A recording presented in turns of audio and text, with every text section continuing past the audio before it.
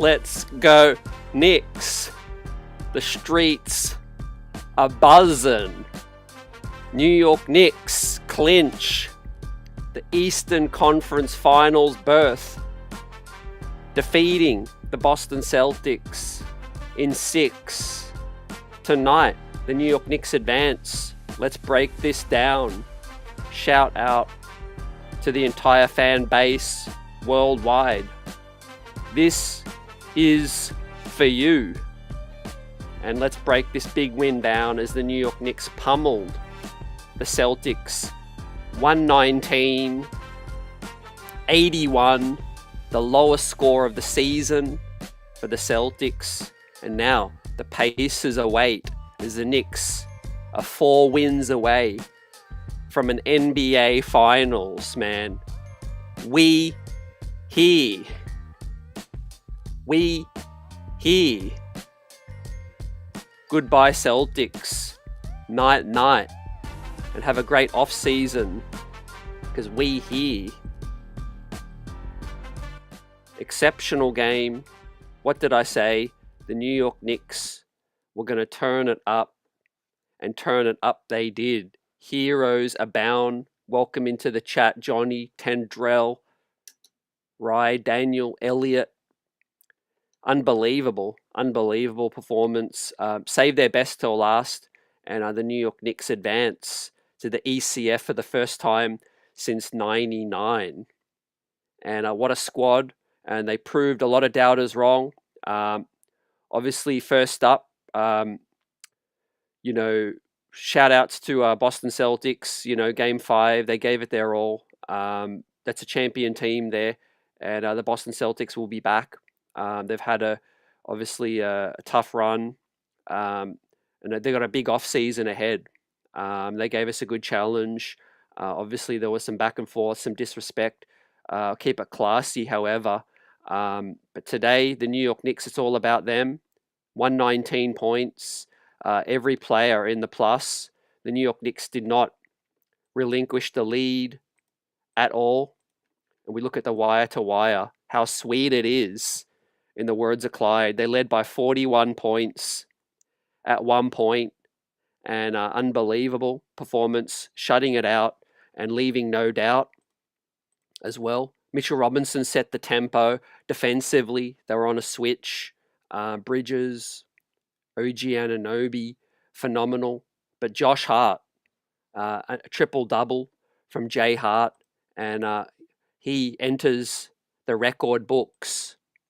There's Jay Hart with his triple-double, 10 points, 11 assists, and 11 rebounds from Josh Hart, plus 24. And it makes him the first Knick to record a triple-double in the postseason since Walt Clyde Frazier.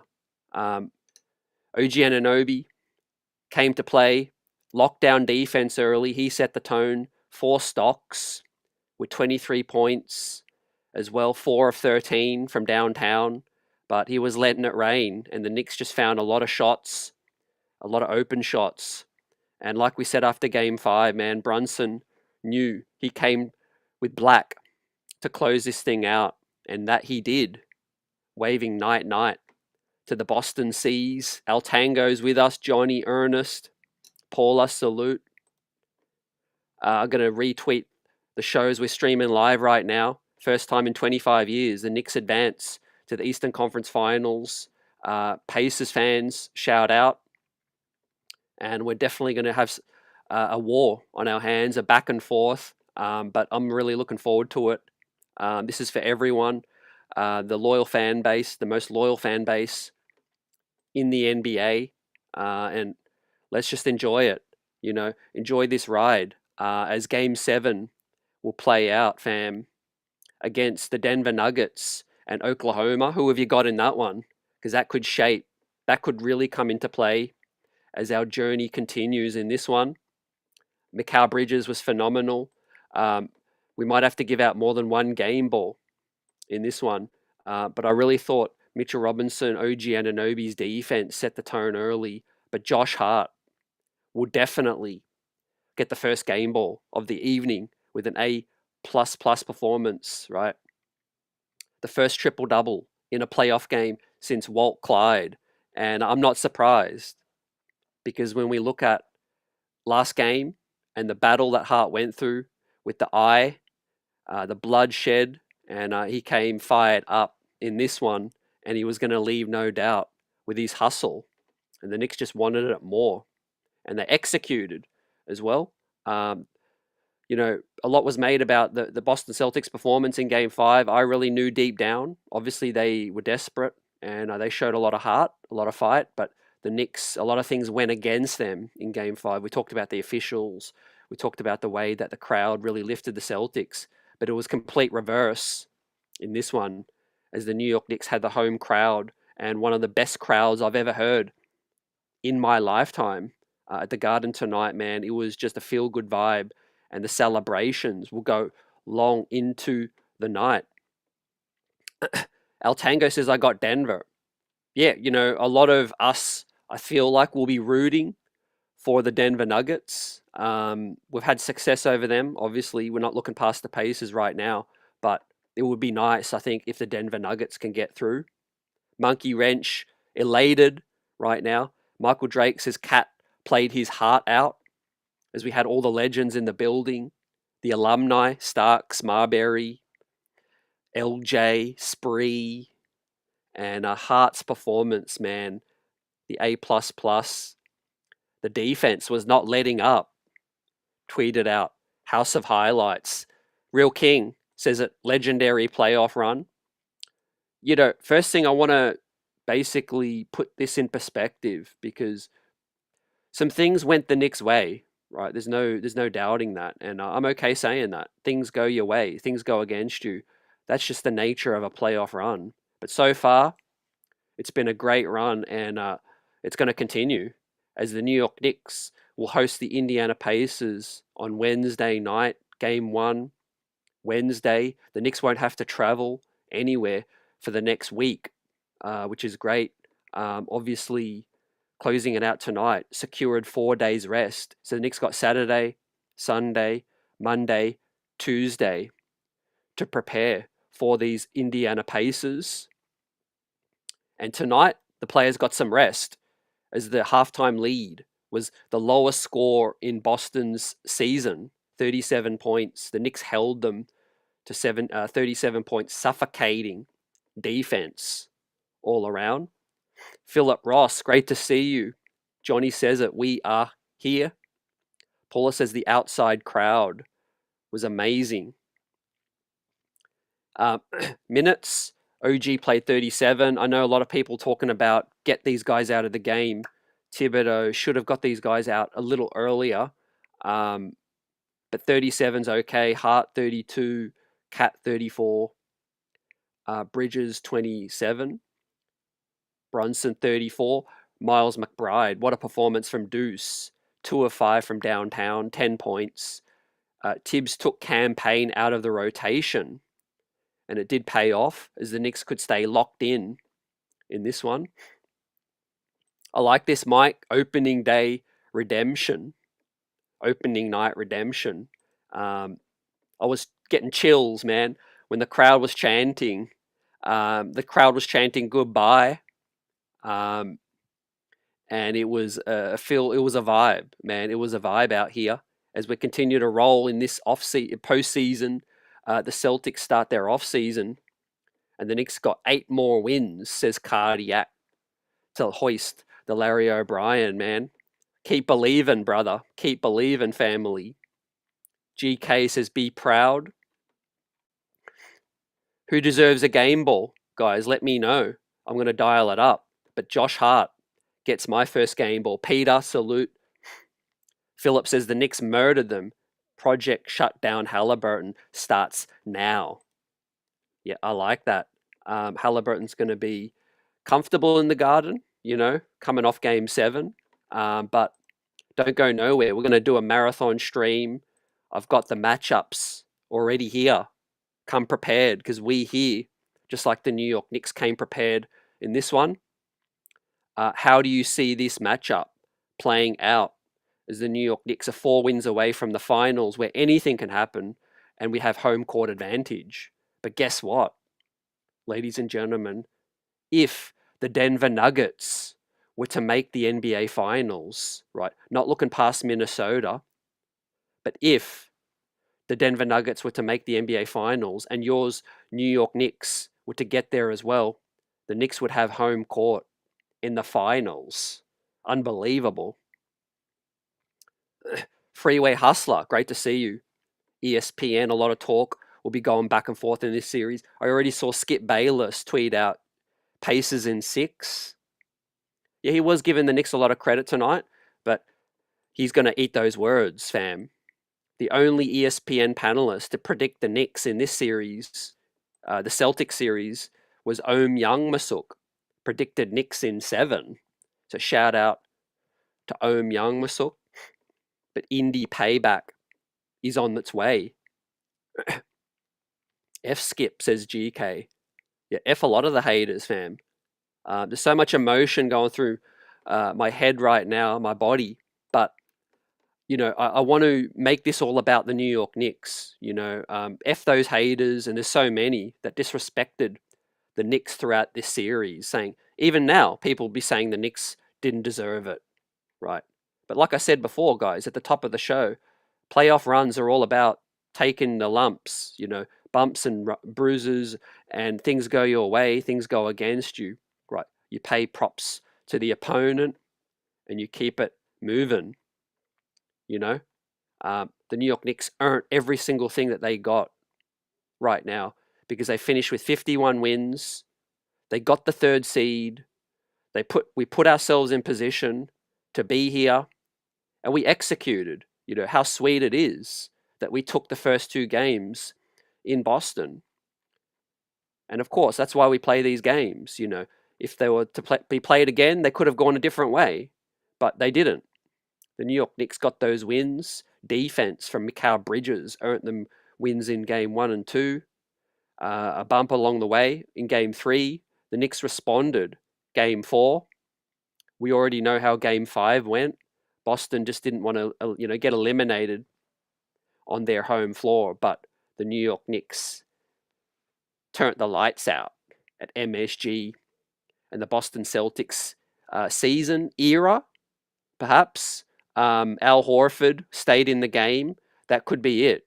That could be it for Al Horford. I had a feeling that he was staying in the game potentially because, that could have been his swan song, ladies and gentlemen, as I'm about to bring my brother EJ onto the stage. A lot of emotions coming through us right now, but so proud. Proud of our team and the way we handled it. Game 5 was tough, but when Brunson waved bye-bye and he had that look on his face as I welcome in my brother EJ, how confident were you, EJ, after Game 5 when Brunson did the wave? Yeah. How much nerves did you have coming into today? First off, CT, what's going on, my friend? What's going on, my brother? Knicks Buzz, congratulations, congratulations, Knicks fans. We are finally back in the Eastern Conference Finals. This is incredible. I'm at a loss for words. I try to lead with eloquence, but in this moment, I have no words. All I can say is let's go. With regards to your question, Jalen Brunson is writing a brand new chapter of Knicks basketball history. Because if you've been a Knicks fan for a long time, you might have approached tonight's game, with an air of confusion, an air of just being scared, because you know that there have been many times where we've had these opportunities and we've lost it, we fumbled it. Going all the way back to the '90s, where we had the game where the fight breaks out against the Heat, and we were supposed to win the championship that year, and more almost half of our squad, they were suspended. Going back to the finger roll and Pat Ewing against the Indiana Pacers, our team historically is not a squad that does well with prosperity. Jalen Brunson might be writing a new chapter in Knicks history and creating a lore that may not be matched. To have the confidence, I'm from New York. I'm going to use the Yiddish word. To have the chutzpah in Game 5 to wave to the Celtic fans And to follow that up, and for all the Knicks tonight to really follow up that performance, where it wasn't a question of if they were going to win by the third quarter, it was a question by how much were they going to win. So I'm at a loss for words. I know I just used a lot of words. What did you think, CT? I'm blown away. I love it. I love it, man. It's the emotions coming out in us right now. But yeah, pride. Pride comes to Yeah. mind. The fans deserve this. You guys deserve this in the chat, supporting us, living this dream, this journey with us as well. This is all about us and the players, the front office, the squad, the coach, everyone is to get a part of this. And we're in for a fight, but we're here. I'm so confident in this squad now. They're Yeah. building. Shout out to Detroit again. They gave us a lot of battles to help us get to this and upset the Celtics. Hmm. And this is the start of something special, in my opinion, EJ. It's the ending of something that was special with Boston. Um, and yeah, a new era. Jalen Brunson. I felt it ever since the last 2 years. His time is coming. He's Yeah. definitely shut a Yeah. lot of haters up. He's led this team to victory. But I'm really proud of Cat tonight. How Yeah. did you Yeah. see? How did you see Cat start? Because he was dominant. Yeah. Shout out to Buzz. I see you. Thanks for the shout out. I mean, Cat was dominant in terms of being, first off, being aggressive. I think one of the things that we saw in Game Five is that three-fifths of our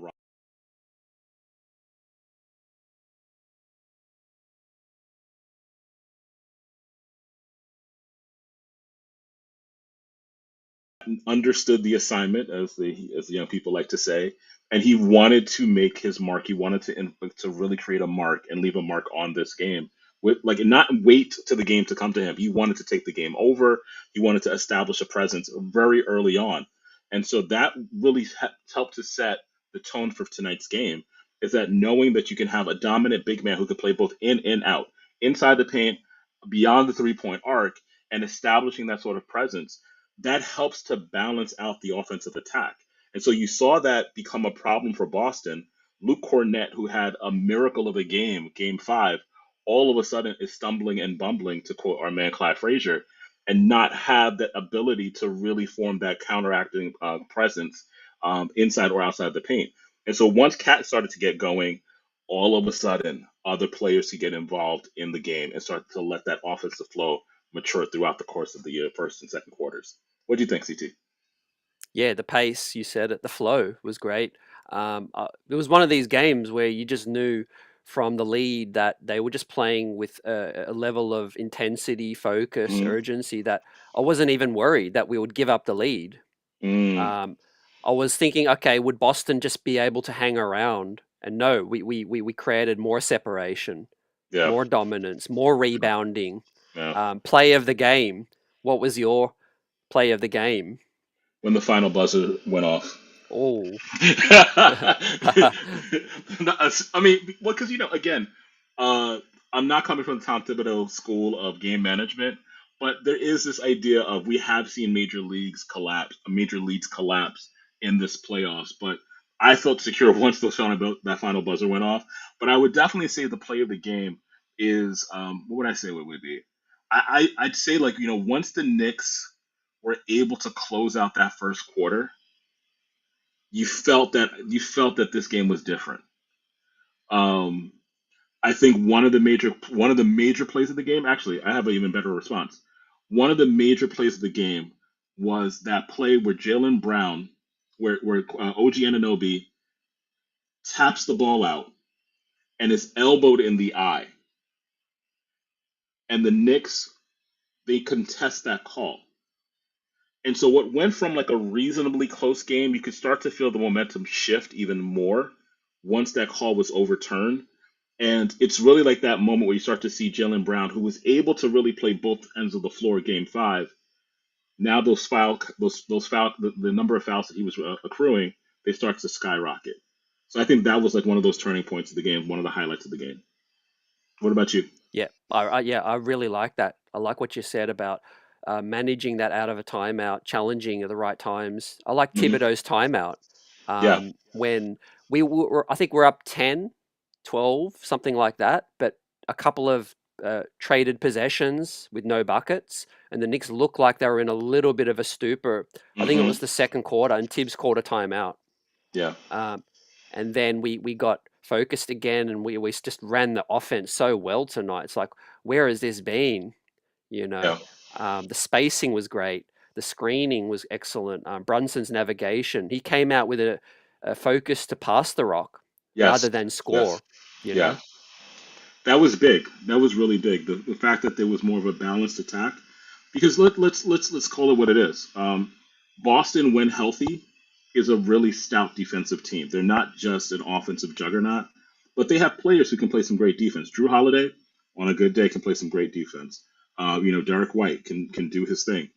Um, and so I think that first quarter where you saw both teams kind of wrestling with the offensive sets, but Jalen Brunson really being committed to being a distributor that first quarter and not necessarily wanting to go ISO heavy, that was huge because it almost as if it's like, mentally OG and Mikal were more engaged in the process. They were more engaged in the play. They were more engaged in terms of being active participants in the offense. And so once you have all five, I mean, with Josh Hart earning a triple double this particular game, when you have all five players engaged, not just two players engaged or one player engaged in the offense, but all five really thinking, okay, I might have a shot to do what I do best on the offensive end of this. You have them also more engaged on the defensive end, and we saw that happen. Cat was a rebounding monster tonight. And I think part of the reason why we saw that is because he was even more active. He was even more of a participant on the offensive game. So, like, they always say, feed your big man. When you feed your big man, they're going to be hungrier on the defensive end. yeah, feed the rock. Sharing is caring. I'm gonna dial up a second game ball for the captain. Oh, yeah. Just a phenomenal closeout game. He came into the arena, EJ, all wearing black, and Oh, I thought, absolutely. oh no, is this another 2013 vibe? But nah, man, safe as house. The Yeah. ball is safe in our leader's hands, and you got Cat going. Mikal Bridges was really swishing Yeah. early as well. OG's few steals, deflections that Hmm. got us in transition. That one where he swatted it. Actually, he had two blocks on Jalen Brown in the first Oh, like yeah. 3 minutes. Yeah. I'm just pulling up the box scores for tonight's game. Yep.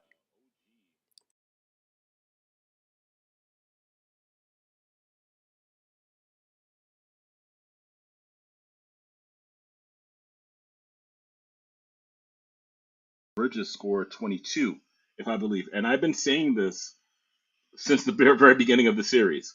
When Mikal Bridges scores over 20 points, we win the game. And it's really about that balanced offensive attack. And so once Mikal were able to be engaged on the offensive process, of the offensive side of the game, the, I mean, Boston really gave their all, especially because one of the things I've been really stressing this particular playoff run is that there's something about not just looking at the physicality of the game, but also the mental side of the game. That idea of mental fortitude. Boston really poured out everything that they had when they had to react to the loss of Jason Tatum. They might have exhausted all of it. They might have fired all of their bullets game five. And so for Mikal, for OG, for Cat to have a mindset of saying, okay, we're gonna take that punch, but game six, we're gonna show up, and each one of us are gonna contribute in the ways that we know we're supposed to contribute. It's what made tonight such a beautiful, beautiful moment. Yeah, and it keeps us locked in. Playing that Hmm. extra game, I know it was unnecessary if we'd closed it out in Boston, but we still get the 4 days rest, EJ, because the Yep. Eastern Conference Finals got moved to Wednesday. Had we defeated Boston in Boston in five, it would have started Monday. Monday. Yeah. So we still get the 4 days rest. Fresh. There's something to be said where the Pacers are going to be resting, but might they be a little rusty? Um, Yeah, what's yeah. your early impressions? You don't have to give predictions yet because we'll have we'll have time to get your predictions. But what's your general feeling about an Indiana Knicks series? And I'm just going to bring up the matchups. Well, I mean, one of the first things, and I was thinking about this as it became pretty definite that the Knicks were going to win. So this is early fourth quarter, and I allowed my mind to begin to wander and think about what will this Knicks Pacers series look like. And a part of my wonderment and awe and just thinking about what will happen when the series starts was actually we do have the benefit now that Cleveland's been knocked out, Boston's been knocked out. Who CT? Just remind me, who was the third seed in the Eastern Conference? New York Knicks. So if Cleveland were knocked out and Boston were knocked out, and they were the first and second seeds, I believe that means that we have home court advantage. Facts. So Facts. as my mind began to wander, and I was like, no, I need to take notes for the podcast tonight. I realized that although it took us an extra game to win this particular series, we do have the added benefit of we're not traveling. It's home game. Obviously, there's the pitfall, the potential pitfall of the Game Six series winner, a hangover. But there's something to be said about the fact that this series you're going to have four games at Madison Square Garden, and we can't overstate this. Indiana has been playing really well. They've been playing really well, but this is not our first time playing Indiana in the playoffs. And so there's something to be said about the difficulty of the path that the Knicks have had to take.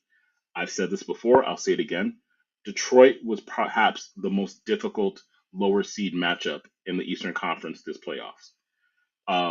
Boston was Boston. Obviously, game four was a game changer, losing Jason Tatum, but they were the defending champs. Um, Cleveland, we've had this question about the how real of a team is Cleveland? How strong? How real was their record this year, especially in today's NBA?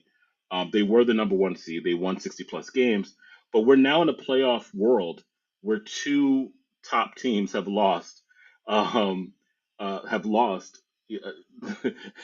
lower seeds. And so, like, I think that it's going to be a lot to really soak in the Tyrese Halliburton, Jalen Brunson matchup, and I'm looking forward to it.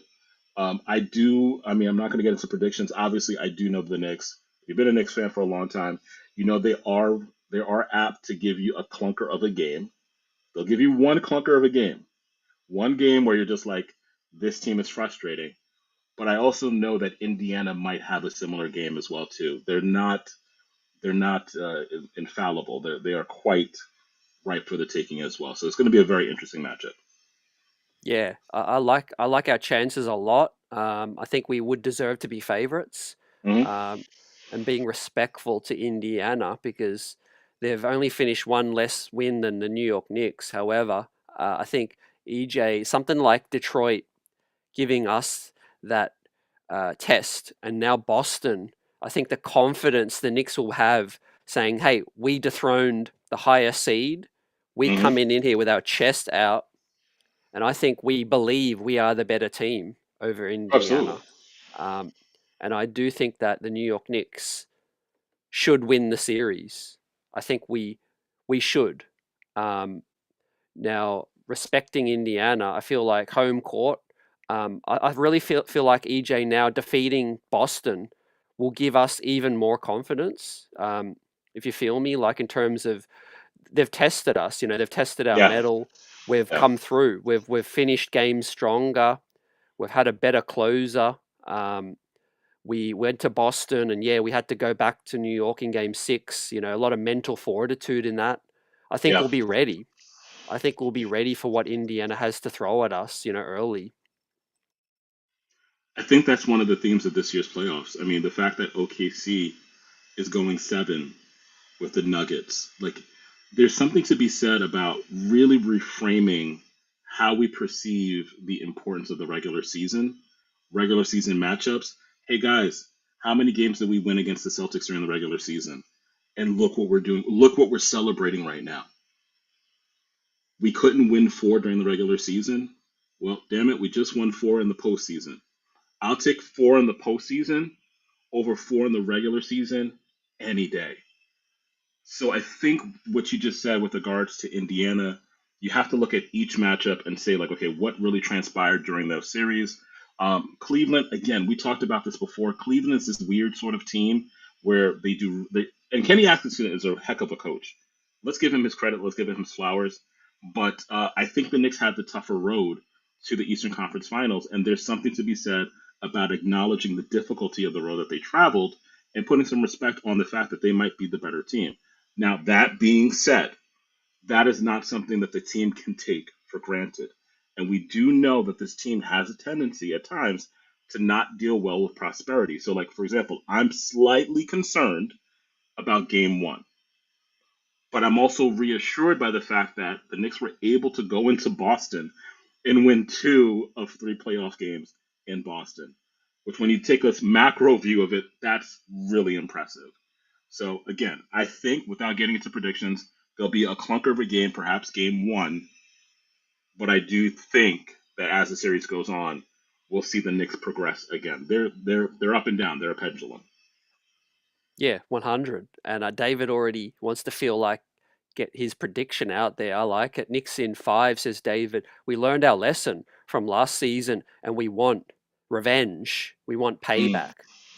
Yeah, I feel like that's a big factor. yep. Fresh off last season, I feel like game three was our undoing. Yep. Remember, the Knicks were playing a great first half. I think Nemhard hit the biggest shot of the series, and the series would have swung if the Knicks had got that game in Indiana. And just to add my concern, EJ, as Krillian said, yeah, Miles Turner is going to be a tougher matchup for Cat. Um, Yep. getting out on the perimeter, a better stretch five. No doubt speed, Yep. um, but I'm not as worried because I feel like Indiana plays so fast that they can get up quick and then Uh-huh. they can get discombobulated real quick. Crash and And burn. yeah, I like our defense to be able to disrupt what Indiana do. And when it's nut cracking time, Indiana don't really have that go to guy that can create like at an elite level. Like I like Tyrese Halliburton, but let's be honest, he can't create a shot at an elite level when he's got an OG or a McCall, draped all over him. So from that perspective, I like the Knicks defense to be able to cause Indiana a lot of headaches. And with the Mitchell Robinson cat double big lineups, Yeah. I think we can really, assert our muscle in the paint and control the glass. But yeah, my one concern is I really feel like Indiana's home court advantage is Oh, a it's real. different. It's different. You said it. Different. It's It's different. it's it's a real home court advantage where I feel like Yeah. Boston, the Knicks could go in there and do what they want to do. I think at the same time, and this is why I love doing the podcast with you, is because there's like that insight in terms of understanding the unique variables that oftentimes other shows don't consider. Like, for example, what is the home court? What is the home court? What is the crowd scenario like? The Boston Garden, like Boston Garden, I showed my age. Boston kind of plays like Madison Square Garden at times, where you can have that moment where people will come into the garden and an opposing team, and all of a sudden their star player will go off for 40, 50. How many times has LeBron come to the garden and gone off for 40? How many times has Steph gone off for 40? It's because there's something unique about the fan composition at Madison Square Garden. I love the garden. I love it any chance I get to go there. But you don't have that kind of 100% rabid fan that's always at MSG. This is not a knock, it's a reality. We saw this though, that seems sort of like the different kind of fan base, that rabid kind of college basketball arena kind of fan base with Detroit this playoff season. The Detroit crowd, they were pretty rabid. So I think that that's one of the advantages that we had, is that we had to go into Detroit. We had to play a team whose crowd was insane throughout the course. I mean, you could almost feel like there was a tension in Detroit when the Knicks were playing Detroit this playoff season, this playoff stretch. So I do agree with you that Indiana presents a very different matchup. Um, I think that we'll finally see the advantage in terms of our bigs be an actual advantage. Boston plays a lineup that, when you're talking about Cornette, a healthy Porzingis, and Al Horford, you have these bigs who are stretching the floor, and it causes a headache for a cat. That's very different in terms of the matchup that we'll face with Indiana. Additionally, here's the other advantage that we have. What made Boston so difficult is you have the two wing nightmare of Tatum and Brown. That was a challenge, and that was a physically demanding, extremely physically demanding for both Mikal and OG. You're not going to have that same sort of challenge with the wings in Indiana. So that's a real advantage for us. Is that it allows our wings to maybe not have to press the gas or press on the accelerator as much as they had to for past series. Yeah, I feel like Tibbs EJ is going to try to slow the game down a little bit, Yeah. because taking care of the ball will be even more special against Indiana because a turnover is going to end up in a bucket, the other way. They're going to play Yeah. multiple guard lineups like they do with Halliburton, Nemhard, Neesmith. Um, but Siakam had his best game in Game 7 when OG Yeah. went down with the hamstring. Achua just couldn't hang with Siakam in that one. So I don't know if this is going to be much an opportunity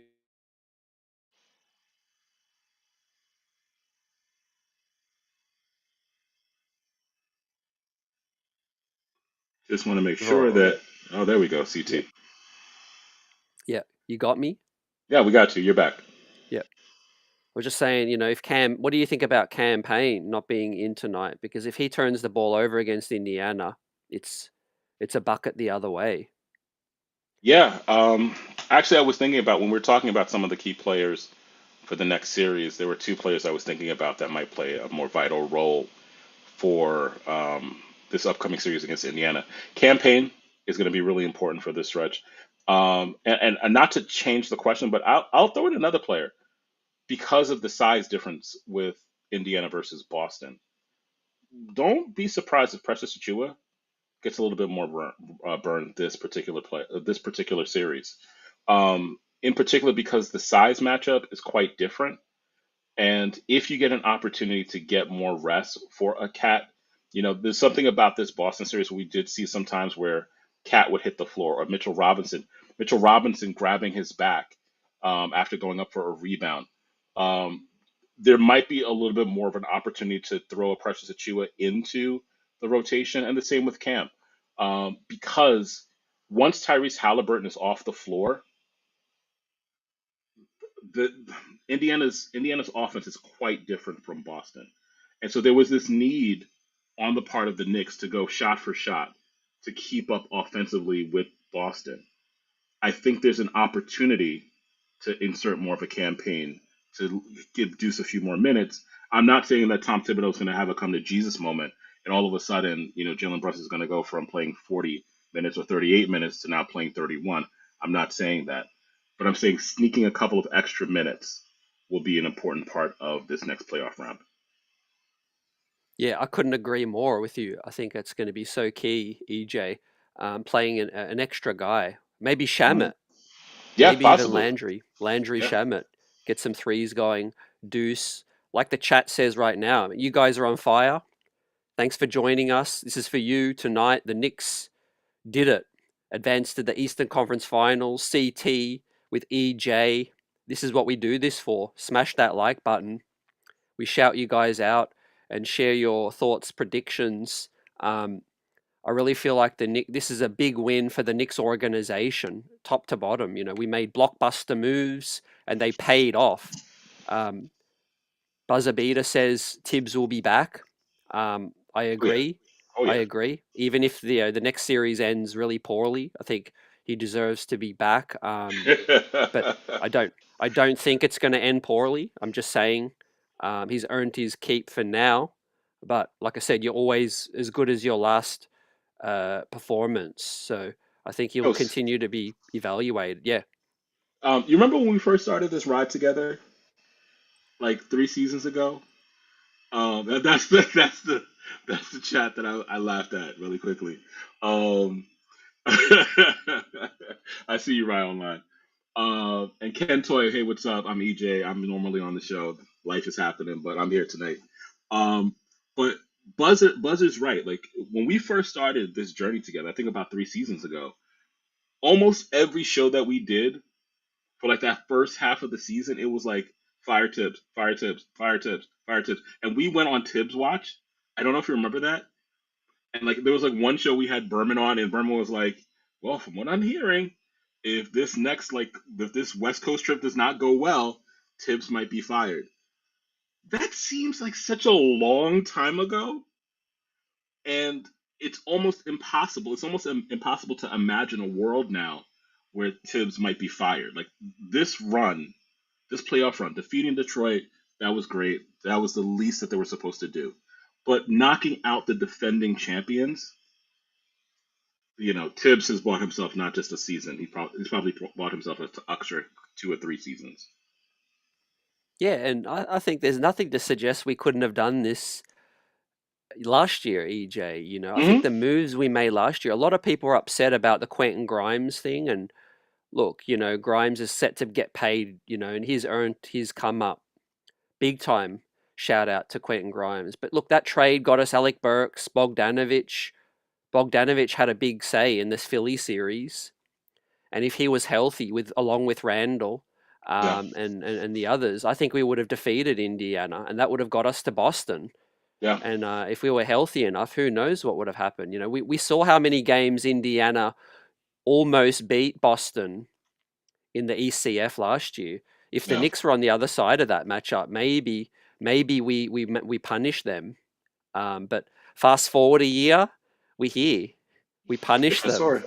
Different story. You know, yeah, we made And blockbuster moves, and yeah, Dante's thriving out there with Randall, but so's our guy, Cat. yeah, yeah, and that's the beauty of like basketball, and that's the beauty of the season is that we struggled the last two playoffs because of injuries. And that's the thing about the NBA. Injuries can happen in a second, like in the blink of an eye. An injury can go down, the wrong person goes down, and your season is blown up, and there's very little you can do because the NBA season has very little give in terms of allowing players to come back from an injury. And so we just happened to get injuries at the wrong time. Right as our team was heading in the right direction, of course, Julius gets injured in January of our last season.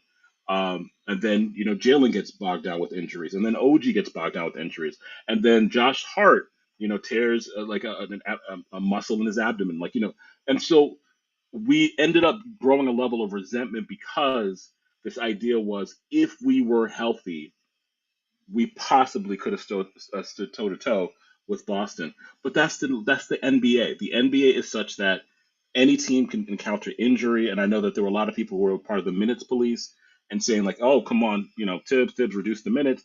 But look what happened to Boston. Like, was that a minutes thing with Jason Tatum? Was it a minutes thing with Dame Lillard? It's just the fate of the NBA where one bad injury can ruin a season. An ill-timed injury during the playoffs will ruin your playoff run.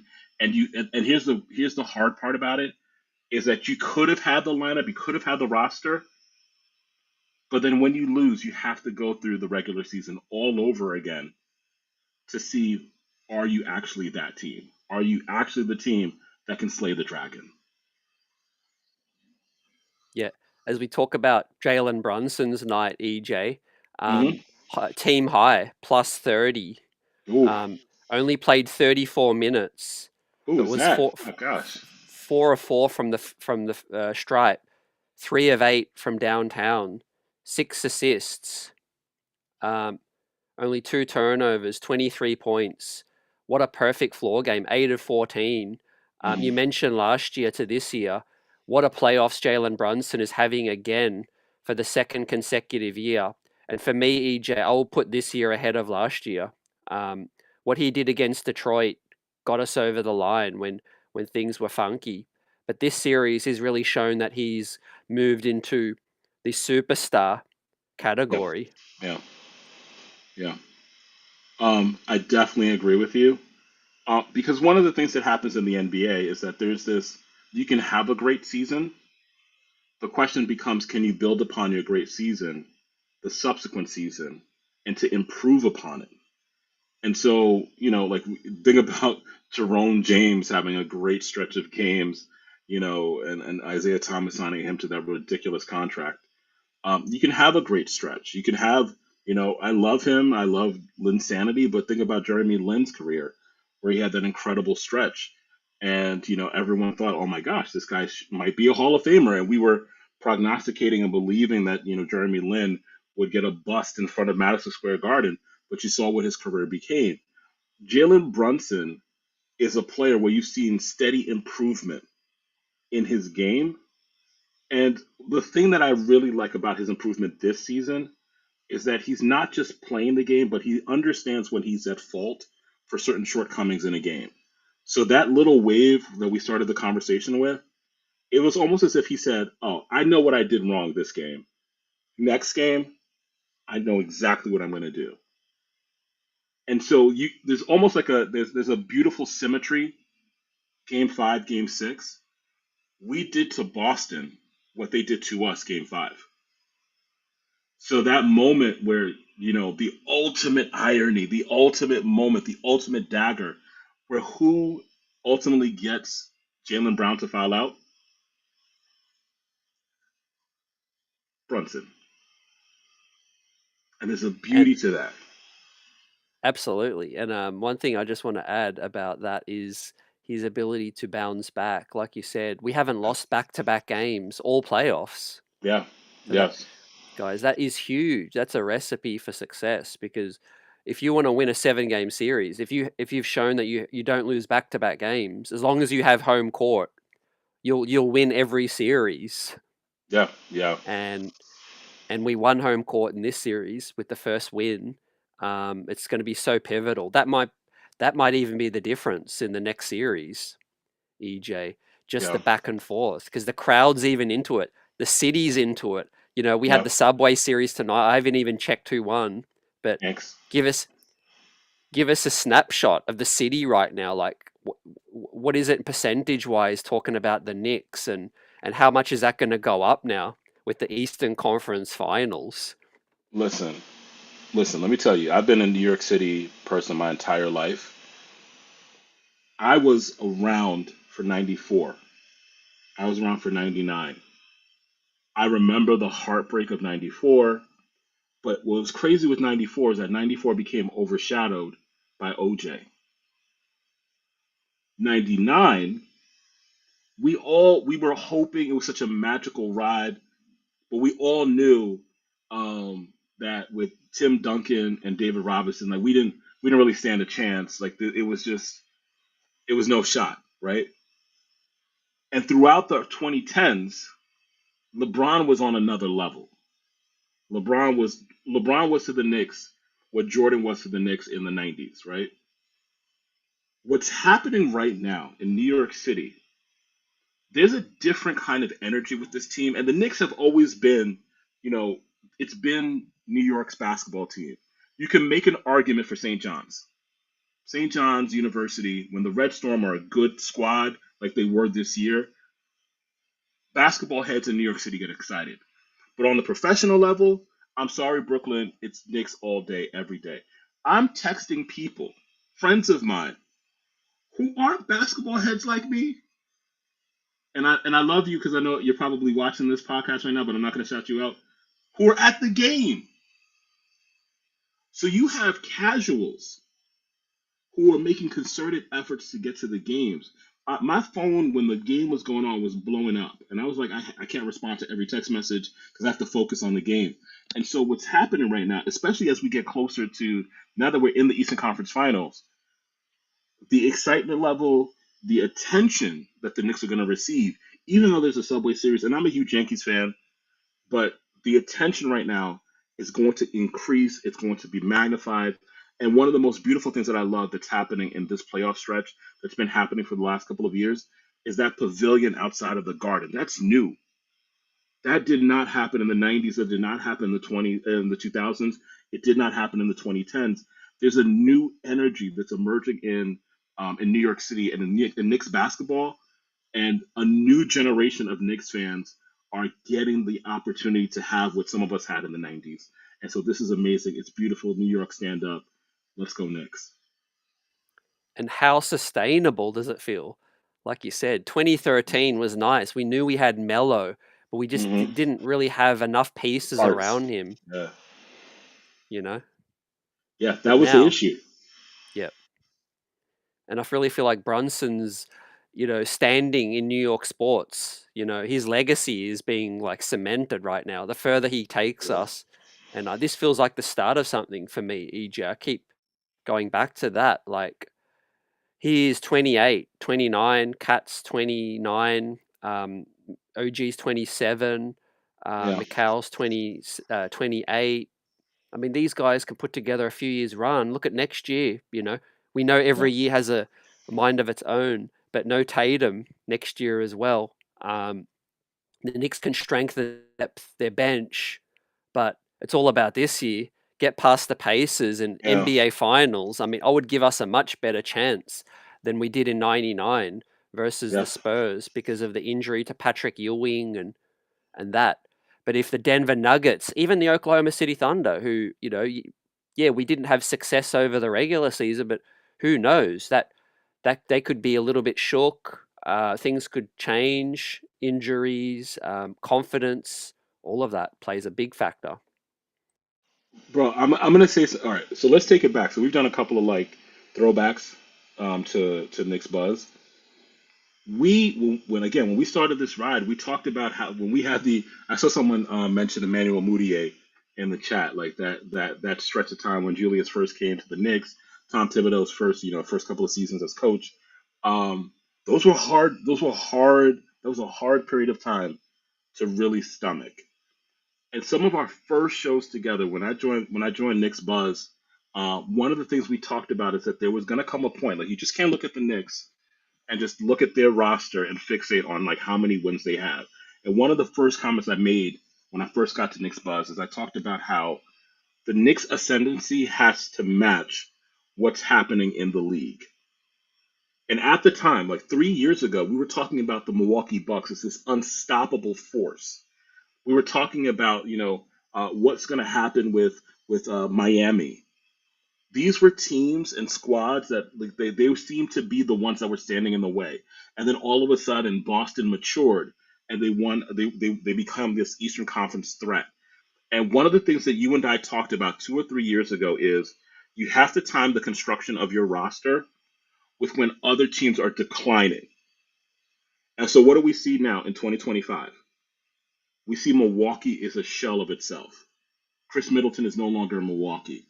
Miami traded away Jimmy Butler. Remember that magnificent run that they had in the bubble? Miami isn't Miami anymore.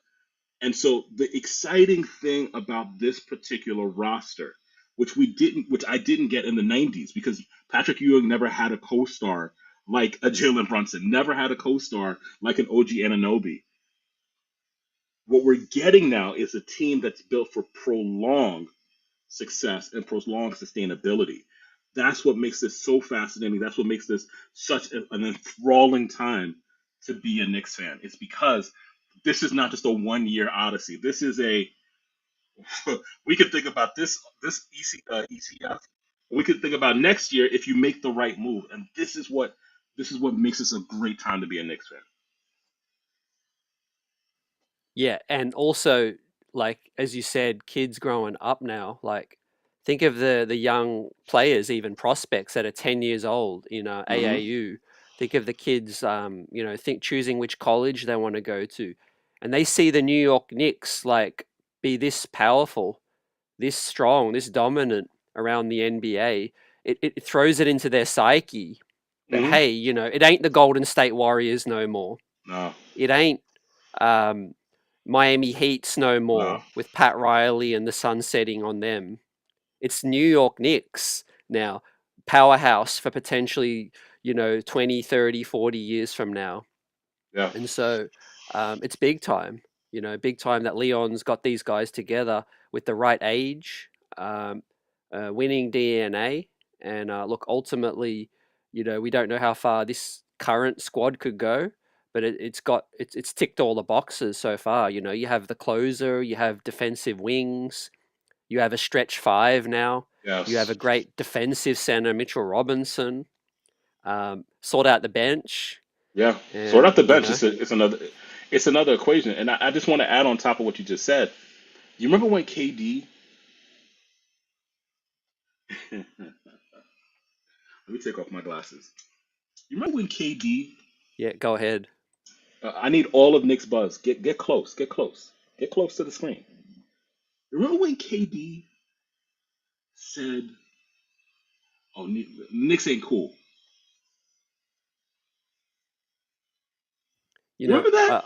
I choose not to remember that, but Oh no, no, no. You maybe I got. was maybe I was semi-conscious. Oh no, You no. You got know, to remember that. You got to remember that. Remember when he said like, "Oh, the Knicks ain't cool." Brooklyn.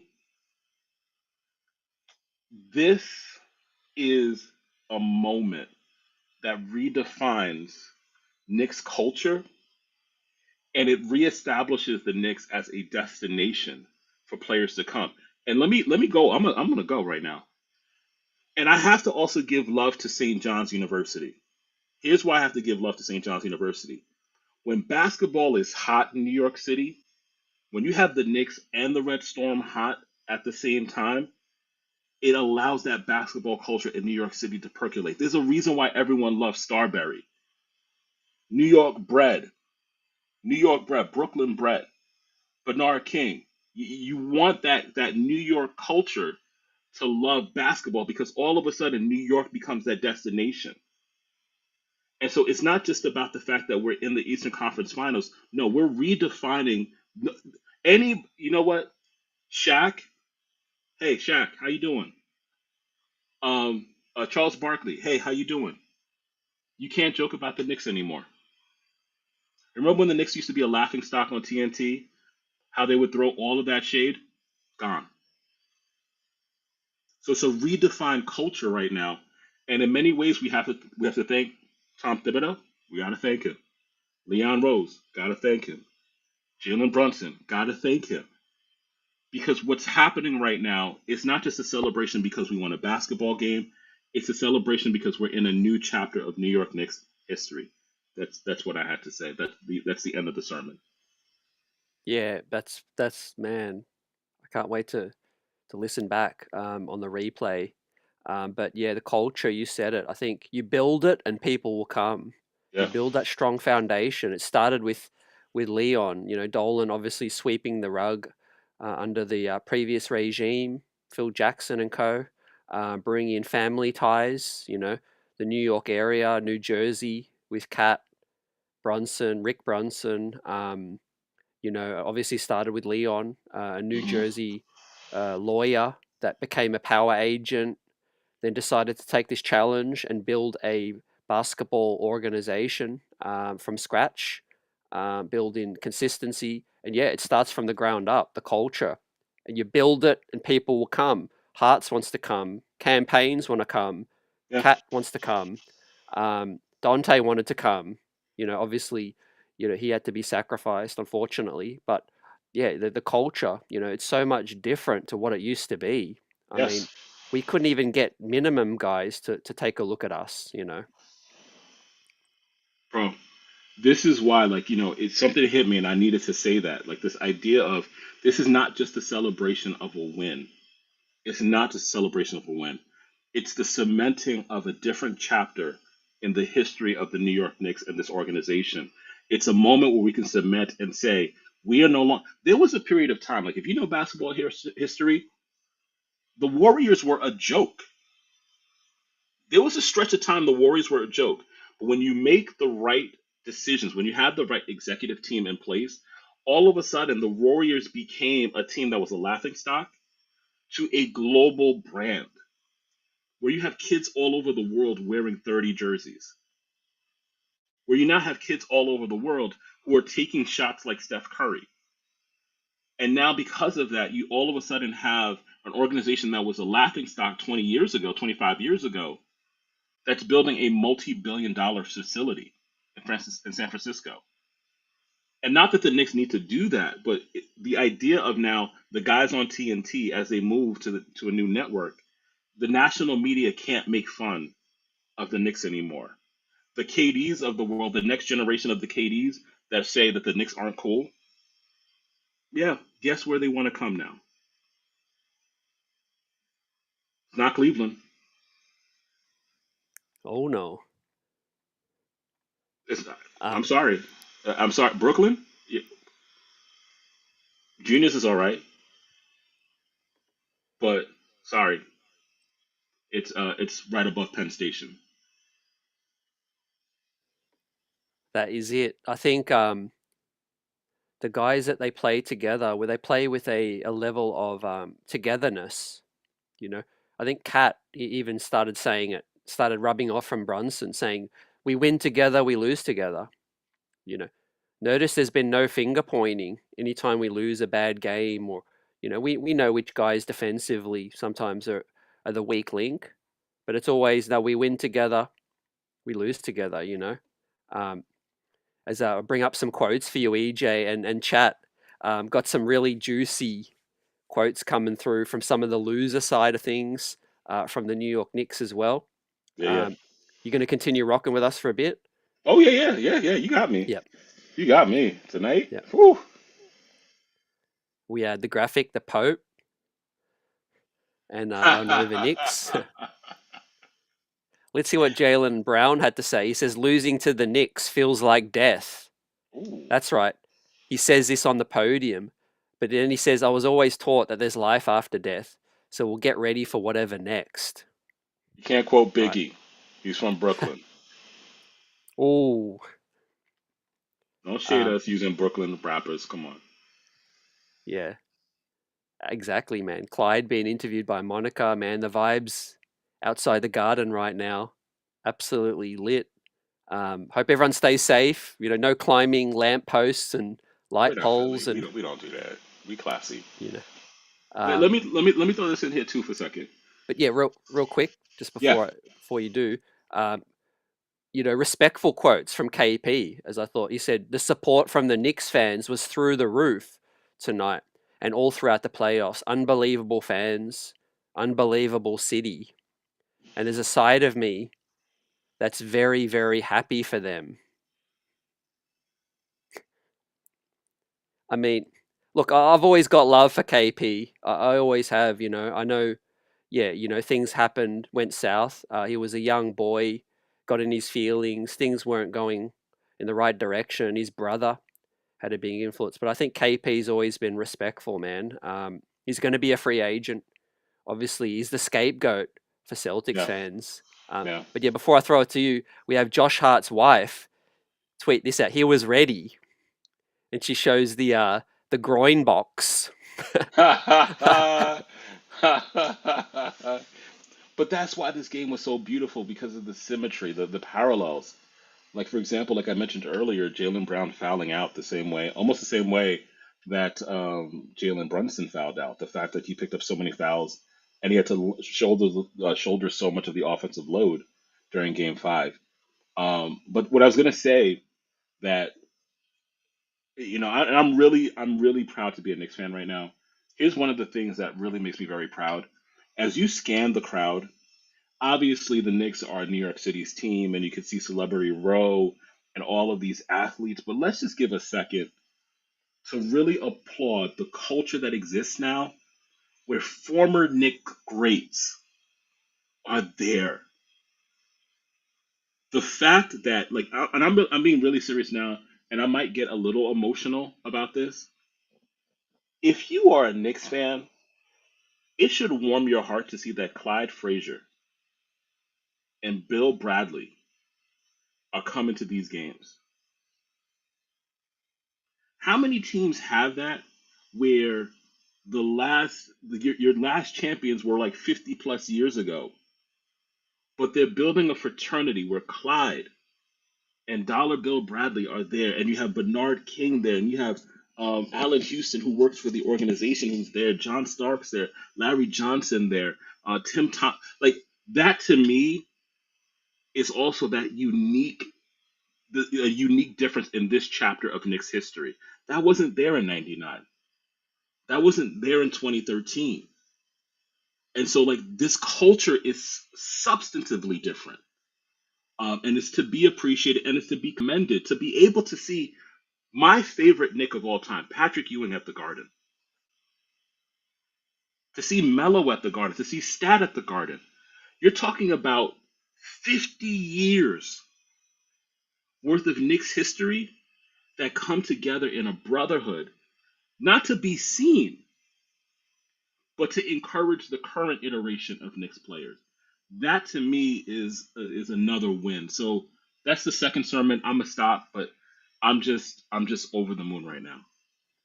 Yeah, we know the legends from like way back, EJ, but what's really got me, like you said, is these, some of the forgotten Knicks between the 2010 Oh to yeah. now. Oof. I mean, Iman Shumpert, he's been engaging with me a bit on X. Mm, He's come out. J.R. Smith put the yep. reaction in. Um, we take care of guys as well, and people really look at that. Um, and that's all about the culture. Yes, we haven't got as many championships as some teams. That don't mean that our history, our culture should be neglected. I Yep. even saw Charles Oakley, man, was a guest of a watch party. I think he was like hosting one of his own watch parties, but still, it was Knicks themed. He was rooting for the Knicks and all of that, despite the ongoing Yeah. litigation that's been happening with the Knicks and all of that. Hopefully, that gets resolved. But it would be great. But you mentioned Patrick Ewing, man. My first social media post today was a GIF of Patrick Ewing, um, and it made me almost tear up because before Yeah. the game, I'm like, this is what it meant to me as a kid, Yeah. growing up. He made me a fan of the New York Knicks, and for me, Patrick Ewing will always be there. Like Yeah. no one will pass Patrick Ewing. Like for me, because it's special for when you decided to root for this team. You know. Yeah. Listen, like I think there was a scene where I forget which game it was. Probably was um game 4.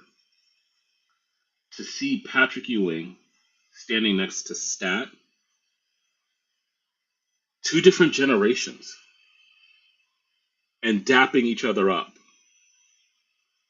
And then to see tonight, like towards the end of the game, you see John Starks dapping up Clyde Frazier and giving him a hug. That's special, man. That's special. Like you can't fabricate that. That's not something that you can force and like make it happen. That happens organically. And that's been happening the past couple of seasons. And so you have this fraternity of Knicks alum that are coming together and sort of rooting. And I have to give it up to the Knicks organization because here's the other thing too. Like it'd be one thing if you just stuck them in a luxury box out of sight, but to give them a presence on the floor, like a looming presence, so much so that who was it? Why am I forgetting his name right now? And during the Detroit series, they're interviewing Melo and to get a slam and then to point to Melo. Well, but that's the thing that we can do is that we can have a Melo, we can have a Stat, we can have a Young, we can have a Bradley, we can have a Tim Thomas, we can have a Shump, we can have a J.R. Smith. All of these, the one that we do have to correct though is Oakley. That has to be fixed. That has to be addressed. But we're in a special time and a special place in the history of this organization, and I'm glad and ecstatic to be party to it. Um, this is amazing. It's amazing to Yeah. be, and the job's not done yet. The job's not done. Yeah. Shout out to the Oakley point. I think that could be something that I could see happening. I feel Yeah, actually quite I feel some kind of optimism because there's been some headway I've heard into sort of mending that fence. I don't know how much, and hopefully it could happen. But obviously, there's other factors like Patrick and Oakley have to mend fences as well. It's not just No. about Knicks and Dolan. We know Yeah. the litigation been going on, but I wanted to shout out William Wesley, Yeah. EJ, Yeah. because apparently he's the dude behind the scenes. Leon and Wesley have got permission from Dolan, obviously, but they've set a mission to bring all these alumni together and have that night, the retreat. I think they had a 2 day Legends retreat during the season when they all came to New York. It was Wow. it was like Gerald Wilkins and Wow. Wow. and they had dinner and and they had the Legends night against Detroit where the Knicks lost that game, unfortunately. But that I think Wesley's been key. What I've heard to bringing all these alumni together and recognize their work. That's impressive to do in New York City. Like to do that in New York City, to create a culture where like grown men like us are getting emotional about that kind of environment that they're creating. Listen, New York City is the kind of place where things can happen and people are just like walking by and they're like, I don't care, I'm going to ignore it. But there are things that are happening in Madison Square Garden right now that are making so many New Yorkers stop and take notice. To create an environment where you cannot, like, I think part of what happens in Indiana is Indiana is a smaller market. So there's more of a likelihood where people will glom onto what the Pacers are doing. Tonight, like New York City had a choice. They could have watched the Subway Series or they could have watched this playoff game. But something is happening at Madison Square Garden where they're creating a culture where it's like, I don't know if I have a choice. It might be that the only choice is I have to watch what the Knicks are doing. I have to root on the Knicks because something is happening right now. It's happening, and it's going to go to another level, Yeah. EJ. If the Knicks get game one, win game one, game two, go up in that series with NBA Finals potentially at stake. I Don't do mean, that to me. Don't do I that might to have me. to get you to start buying the New York papers just to. Do they still produce the papers on the street and Yeah, actually, you know yeah, you can still get physical the copies. Yeah, sports section and all? I mean, yeah, just I, to frame some of that, to put with the yeah, collection with some yeah, of my '90s stuff. yeah. Listen, again, like I think we should not take this for granted. I think that um, to like see some of these guys age before our eyes, to like see LJ in '99, but then to see LJ today, but then to be able to like actually celebrate the fact that we're talking about a new iteration of the Knicks and the fact that they're on the cusp of perhaps going to the NBA Finals. Um, I wish I had a time machine. Like, I could have put a couple of bucks down. Um, uh, but this is a Hey, time to. we were heavy underdogs in this series, man, We and were. I know Tatum went down, but real quick, what's your thoughts on the outcome of the series? Had Tatum played tonight? Last game, obviously, yeah. Last game they won anyway. So let's say he was still healthy. Well, that's the thing though. Like, it's unfair to like make the Tatum situation the be all end all of why the Knicks won the series because they won game one. They were up. The Celtics were up 20. We came back and won. They were up game two, 20. We came back and won. Game three, we lost. Tatum was there. Game four, Tatum was there for what, over 90% of the game? So I think when we look at it in that respect, it's unfair to it's unfair for some of the pundits to dismiss the magnitude of what the Knicks did because of the Tatum injury. Um, because injuries happen all the time. Uh, and there's a big difference between Tatum's injury and when it occurred versus, let's say, what took place with regards to Julius Randle last season or what took place with OG Anunoby. Um, because the rest of the Celtics, with the exception of Kristaps Porzingis, they were available. And, the way that they constructed that roster was so that even if one wing was down, there were other players that could step up and fill the void. I know Tatum was like the head of the snake, but they had two other Olympians on there, and they had multiple NBA champions on that roster. So let's not allow anyone to diminish the magnitude of what the New York Knicks just did, and also the fact that if OKC goes down,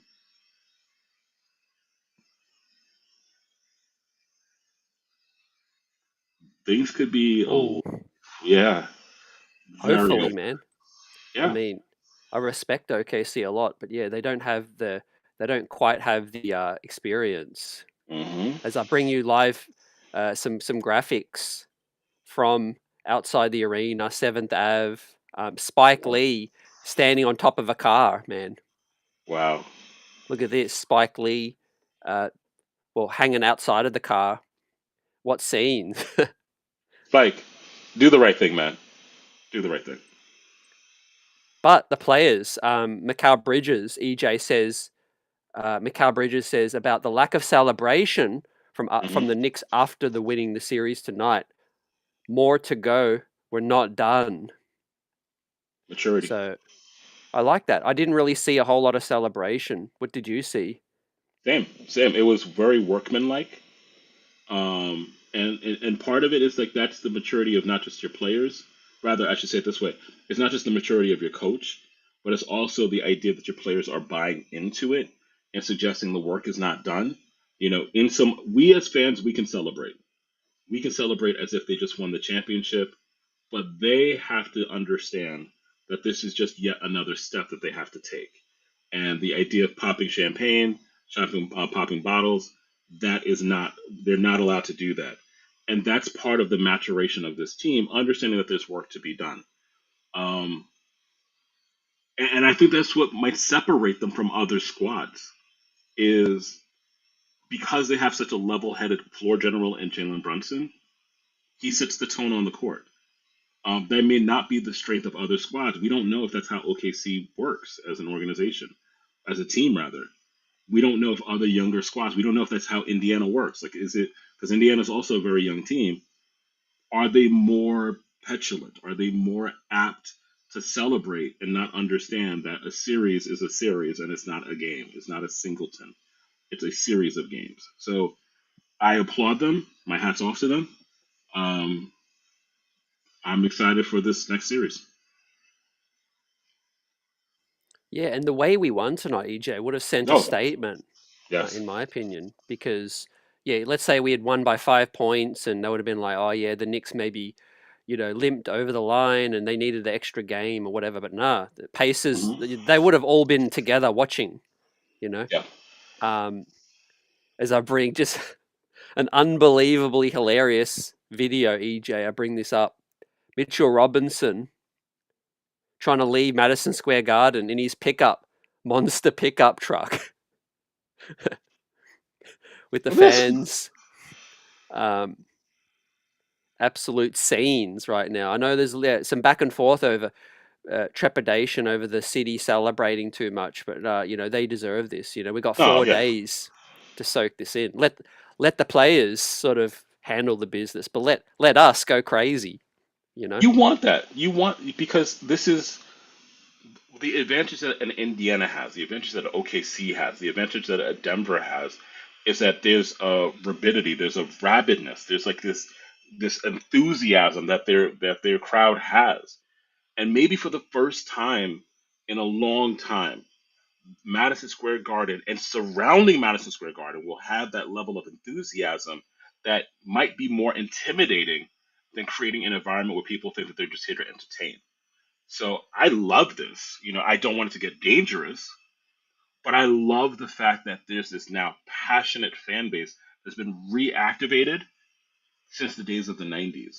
And it's not now Madison Square Garden is not just a place to be seen, it's a place where fans know they have to do work. Like, and it's the idea of you're coming into Madison Square Garden. Jordan could get his double nickel game, but now different environment, different culture in the Garden. Yeah, well said. AJ, shout out, chat. Um, everyone rocking out with us tonight. Smash that like button. Subscribe if you're new. the journey continues. AJ says dethroning the champs is huge, but the job is not done. Eyes on the prize. Yeah. I don't want to look too far ahead, but I do understand when people say, EJ, that this opportunity that we have this year needs to be capitalized. You don't know what happens next season to next.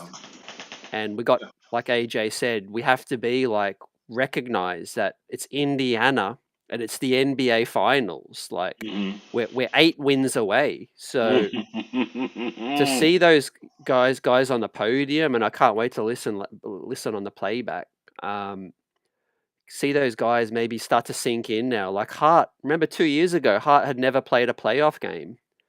Now he's just tweeted out orange and blue hearts. He's living this ride. His fame is shot up, obviously, with this situation as well. He's going to be in the Eastern Conference Finals for the first time. Obviously, Cat and Brunson have made the Western Conference Finals, so they're built for this.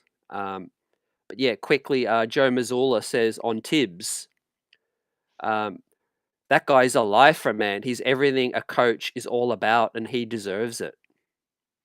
So awesome to hear that from Joe Mazzulla. Yeah. Tibbs deserves it. Second time in the Eastern Conference Finals. I believe once he made it with Chicago. Mhm. Is that right? Yeah. That's right. It's commendable. I mean, we have to tip our hats to Bibbs and again, like when we first started this journey, I'll never forget how many of our shows and how much time we allocated towards is Tibbs the right person for this organization? One of our earliest broadcasts together, we talked about how there was a lack of cohesion between the front office and the coaching staff, and that you could tell like there was a disconnect.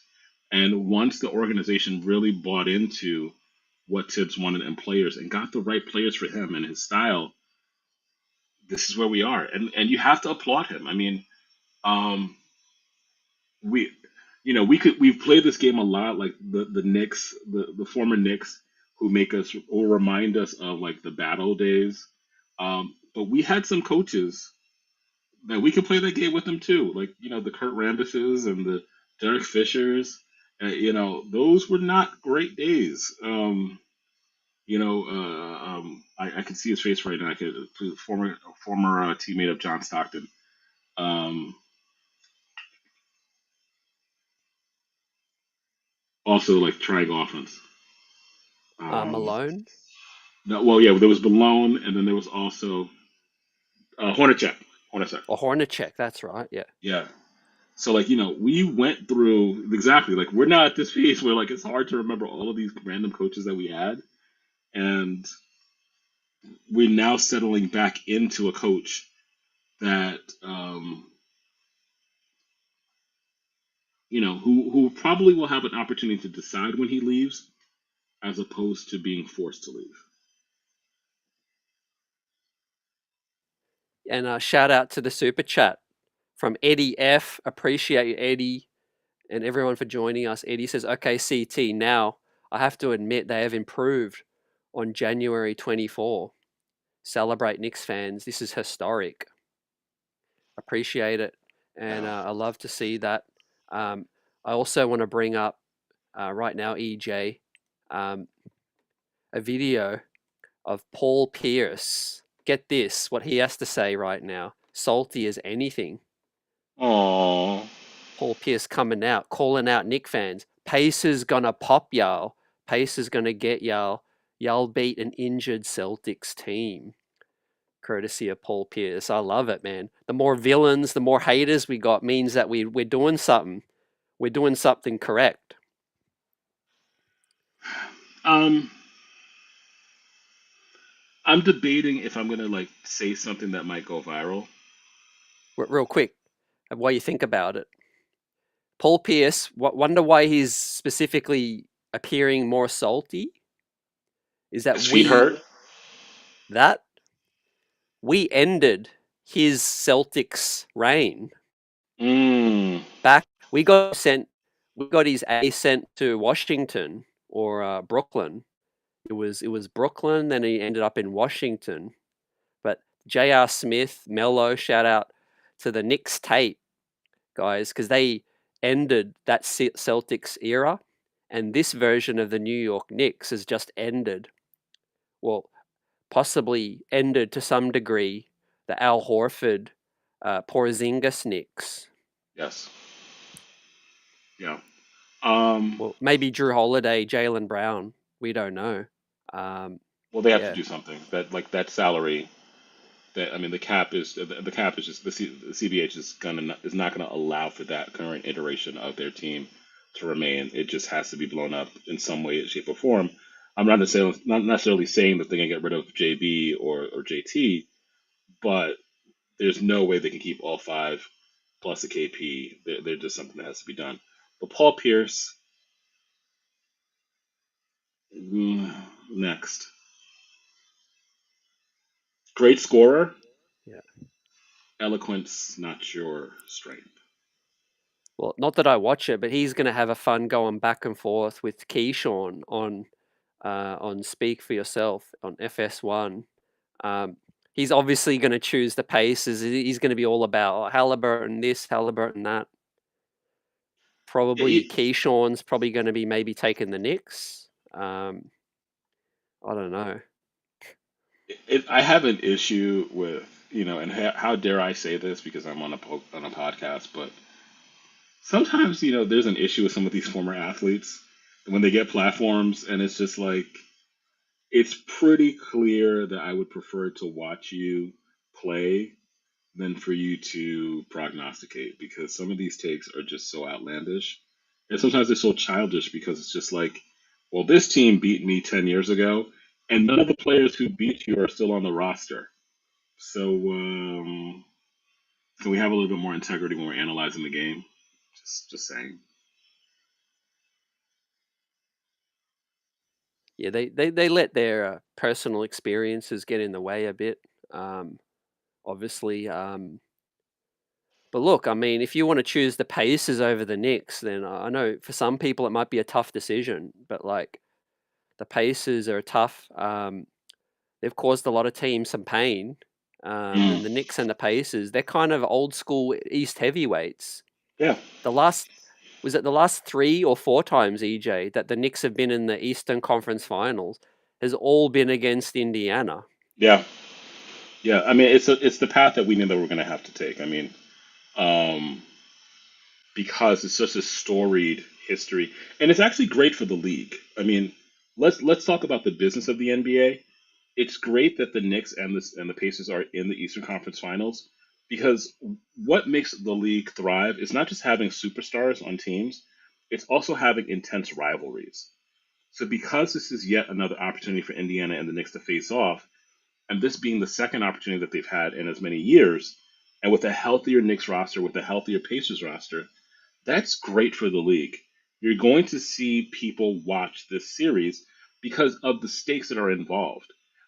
Not to downplay Cleveland, not to downplay the Celtics, but if it were Cleveland and the Cavs doesn't have that history. It doesn't have that panache that makes it a sexy matchup. Yes, they would be the number one and number two seeds in the Eastern Conference, but the Knicks and the Pacers, they have history, and reigniting that rivalry is nothing but great for the league. It is, and shout out to what's happening out west, Hmm. Minnesota as well, building the right way. I wanted to get your thoughts and chat as well. Let us know your thoughts on the new, a new age potentially in the NBA, EJ, with size, physicality, bigs. You know, this has been the most physical playoffs that I've seen Oh in a yeah, while. yeah, But you also pair that with the teams centering their lineups around bigs. You got yeah. Naz Reid, Randall, Rudy Gobert. The Knicks, I think, will have more bigs than Indiana, although they can play Bryant. You know, they've got the tandem with Thomas Yeah. Bryant and Miles Turner. Well, that's why I said that it's very possible that you'll see a Cat, Precious, Mitchell Robinson, like all three of those guys getting more minutes. It's because you're not just playing your game, you're also playing the matchups. And so what you're seeing with some of these playoff games, first off, the refs. I don't know if there was some sort of internal memo that went to to the refs, but you're seeing a lot more physicality being allowed. There's a lot more permission structure to allow for players to be a lot more physical. So you're it's possible that although Tibbs may not want to do it, but it happened in terms of like Mitch and Cat getting into foul trouble. So if you're allowing for that physicality, you start to really push the edge and push, your agenda in terms of being physical. Don't be surprised if more fouls get called if you push it too far, and you might have to extend your bench. You might have to extend your rotation because of the fact that people might be getting more foul trouble. I mean, think about it.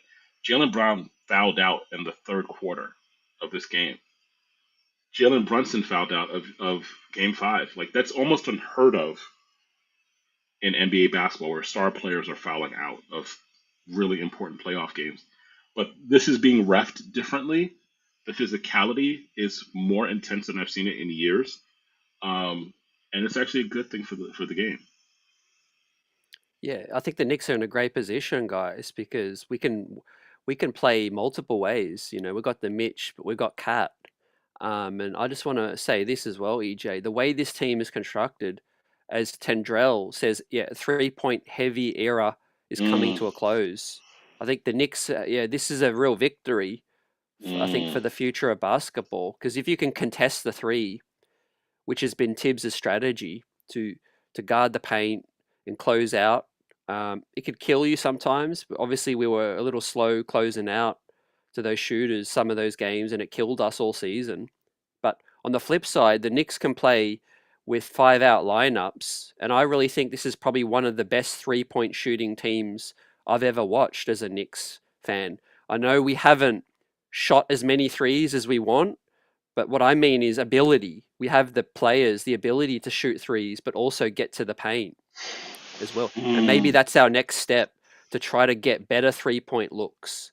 But when you look at Deuce, you look at OG, Mikal, Cat, Brunson, are there many teams you can remember, EJ, as Nick teams that could potentially shoot the three better than what we have right now? No, you have to go back to the '80s when you're talking about like the bomb squad under Patino, or the if you want to go more recent, maybe you're talking about the 2013 team with Steve Novak, but that was largely because you had Novak and J.R. Smith and a couple of players. But in terms of having a 5-out roster, no. And here's the other thing about the roster: it's also not just 5-out; it's the ability for people to score in multiple positions and multiple levels. So Mikal Bridges, for example, although we consider him to be 3 and D, he's shown in these playoffs when he's had his plus 20 games that he'll score not just at the 3-point line, but he'll find his way into the paint, or he'll find his way to take a midi, and that will change the nature of his offensive attack. The same thing obviously happens with Brunson. Brunson finds his way into the paint, bodies his way, muscles his way. And so, as I think about that, that's a significant advantage that the Knicks have, is that you have players who can score in multiple ways. And that might have been more of the downfall of the Celtics than Jason Tatum's injury, is that you live by the three, you die by the three. But if you lack the versatility to create other means by which to score, that's not the opposing team's fault. That's your fault because you didn't have a multitude of ways of attacking and scoring. So that might actually be one of the major advantages that the Knicks have, is that they can have multi-level scoring in multiple ways. Yeah, versatility with post ups. That's one thing, like you said, EJ. I think Celtics. My debrief on the Celtics is that yeah they didn't have a good enough paint presence Hmm. back to the basket. Yeah. Like Al Horford used to be able to post up quite strong, but now they didn't even look to that. I don't know why Tatum and Brown don't even try to do any more post ups. And I've been watching closely with the inside the NBA with Shaq, and he's sort of coming around a little bit where he started to pay the Knicks more credit as the Knicks started to defeat Detroit, get a few games against Boston, and then he had that argument with Barkley where Barkley said no, Jalen Brown best player in this series remaining, and Shaq was like no, Brunson. Yeah. Shaq was like Brunson all day. And then he started to pay Cat some props. He's like, because Shaq always likes bigs, Hmm. he likes bigs asserting their authority. And he was like, yeah, big Cat. And Cat can play back to the basket and also face up from three as well. So, Yeah, super talented player. We haven't even scratched the surface with Cat. Yeah, My biggest frustration, EJ, if we lost this series, is that we didn't Thibodeau's not utilizing Cat. But tonight was great. Back to the basket. Get his caboose down low, and he was punishing Brown, Holiday, whoever. They were all in foul trouble. yeah, yeah. You have to use. I think there was a point, and this is why I talk about the psychology of the game, the idea of like what's your mental approach to the game. I know many of us who play 2K, we think about a physicality of it, but there's also the mental approach. So like, what was their mental game plan in terms of how they were going to approach this particular game? And what we saw is that Cat understood I just can't hang out on the perimeter and take 30-foot shots or 27-foot 3-point shots. I have to get into the paint because they're what Boston tried to do is they basically tried to hunt the weaker matchups, and they would rotate. They would use their screens to try to locate the weakest defender. If you are part of this a pick and screen offense, and you get a Drew Holiday on a Carl Anthony Towns, you better throw the ball down to him and allow him to push him into the paint to get an easy two.